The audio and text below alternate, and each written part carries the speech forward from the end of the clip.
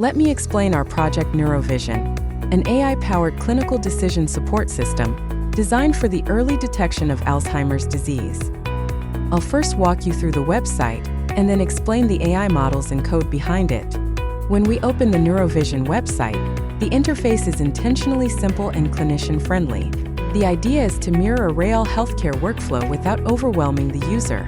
The main functionality demonstrated here is MRI scan-based diagnosis.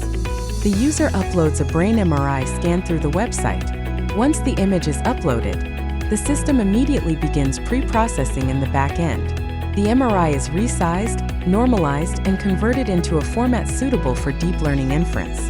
Along with the prediction, the website displays a confidence score, helping clinicians understand how reliable the prediction is.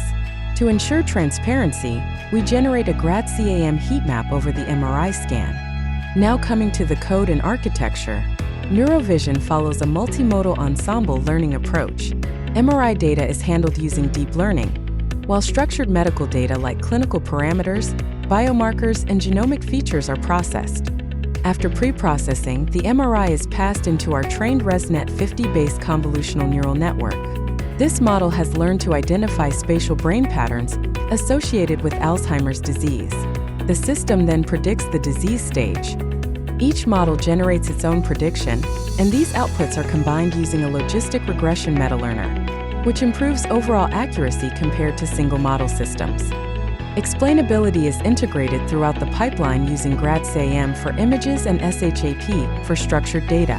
The entire system is implemented using Python, PyTorch, and scikit-learn, and deployed as a lightweight web application. In conclusion, Neurovision demonstrates how AI, explainability, and clinical usability can come together to support early Alzheimer's diagnosis in a cost-effective and trustworthy manner.